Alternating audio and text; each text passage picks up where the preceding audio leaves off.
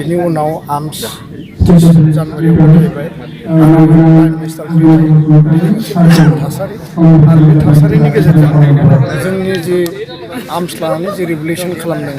बेखौ जों मोनसे मोजां फिनिशिं होनो हादों आरो बे बयनिबो बर' हारिनि थाखाय बेयाव बे ओनसोलाव रायजो जानाय गासैबो हारिनि थाखाय बे गोजोनथावना बाथ्रा। नैथियाव दुलाराय बर' फरायसा आफादा रेल लामा राजा लामा दिल्लीयाव दिसपुराव जोङो सोमावसारदों गणतान्त्रिक भाबै थांनाय 10 बोसोराव थामथि जि बड'लेण्ड सोमावसारनाय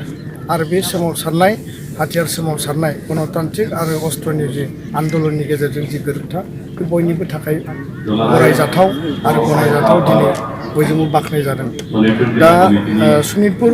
बे जिल्लायाव फैनानै दुलाराय बर' फरायसा आफादनि सासे बिबानगिरि हिसाबै आङो बे सुक्तिनि गेजेरजों सनितपुर आरो बिश्वनाथ जिल्लानि रायजो राजाफोरनि जि गांनाय उखैनाय राजनितिक जि अधिकार बिथांमोनाबो थांनाय 30-35 बोसोराव हाथियार सोमावसारनाय बा गणतान्त्रिक सोमावसारनायाव जेब्लाबो जोंखौ मदद होबोदों बाहागो लाबोदों आरो बिथांमोननि दुखु खस्थ' गहपुराव बड'लेण्ड सोमावसारनायाव खेबसेयैनो 534 मुंख्लं जादों आरो सनितपुर जिल्ला बिश्वनाथ जिल्लानि गोबां जायगायाव मुंख्लं जानो गोनां जादों। अस्ट्रनि आन्दलननि गेजेरावबो जोङो पुलिस आर्मिजों गावस्रानो गोनां जादों केस जादों आरो गणतान्त्रिक आन्दलनावबो दुखु खस्थ' मोनदों। दा बेखायनो जोंनि फार्स्ट एन्ड फरमस्ट एजेन्डाया नैबे सुक्तियाव दङमोन जे सनितपुर आरो बिश्वनाथ बिटिएडिनि मोनब्रै जिल्लायाथ' जोंहा दंखायो। सनितपुर आरो बिश्वनाथ आप टु जोङो सिमुलुगुरिसिम बे सिमाखौ बारायनानै जोङो इयुननि थाखाय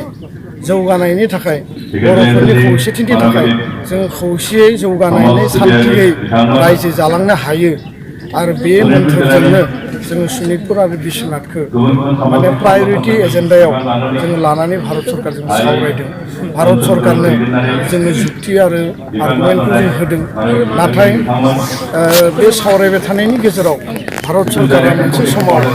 बे हाबाफारिखौ खेबसेनो मावहोनानै बिथांमोना जोंनो खोथाबो होदोंमोन रायलायनायबो जादोंमोन। नाथाय सम आरो थासारिनि गेजेराव राजा लामा रेल लामानि सोमावसारनाय हाथियारनि सोमावसारनाया जेरैबायदि गिलु बालु जायो बा जेरैबायदि जुजिनांगौ जायो बेबायदिनो टेबोलनि जि दावहा टेबोलाव जुक्ति तर्क डिबेटआबो बेसेबांबा गिलु बालु आरो बेखौ खोब स्ट्रं मोनसे आर्गुमेन्टनि गेजेरजों जोङो प्लेस खालामनो गोनां जायो आरो बे जुक्ति तर्कआव दुलाराय बर' फरायसा आफाद NDP